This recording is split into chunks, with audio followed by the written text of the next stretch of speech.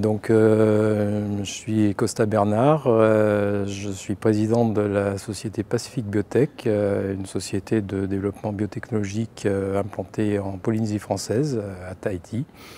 et qui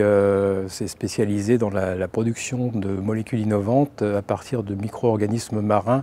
polynésiens. J'ai été invité à l'initiative du groupe Batteur à cette troisième rencontre Santé, Mer et Algues pour présenter l'activité de ma société dans le domaine de la production de molécules innovantes d'origine marine. J'ai pu, dans ce cadre-là, présenter l'ensemble des démarches qui ont présidé à la création de notre société, et notamment une phase de R&D importante qui s'est développée sur une dizaine d'années avec des partenariats avec plusieurs équipes de recherche scientifique publiques qui nous ont permis de mettre en place une collection de micro-organismes marins polynésiens, originaux, qu'on a identifiés et qui ont montré des aptitudes à produire des molécules avec des activités biologiques particulières qui ont des applications dans différents domaines industriels. Et donc maintenant, la société en est au stade où, sur certains de ces actifs, on a commencé à développer la production industrielle et la commercialisation, notamment dans le secteur des cosmétiques, et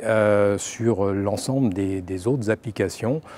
qui sont très variées, puisque en dehors d'actifs biologiques, on a aussi des molécules qui permettent de formuler des plastiques biodégradables,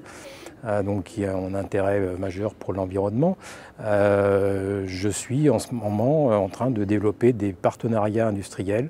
avec les industries, des industriels choisis sur ces secteurs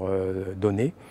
pour développer des produits finis qui utiliseront les matières premières qu'on a développées. Les molécules et les micro-organismes qu'on a identifiés et repérés et qu'on commence à exploiter au niveau industriel ont des applications très diverses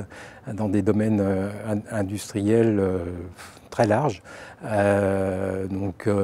domaine des cosmétiques que j'évoquais précédemment en tant qu'actif biologique, mais aussi le domaine de la santé avec des actifs qui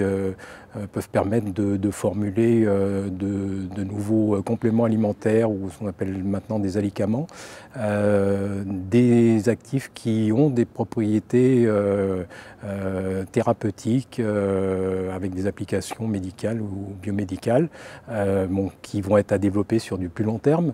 parce que ça c'est des vérifications d'activité qui sont très longues avant une mise sur le marché.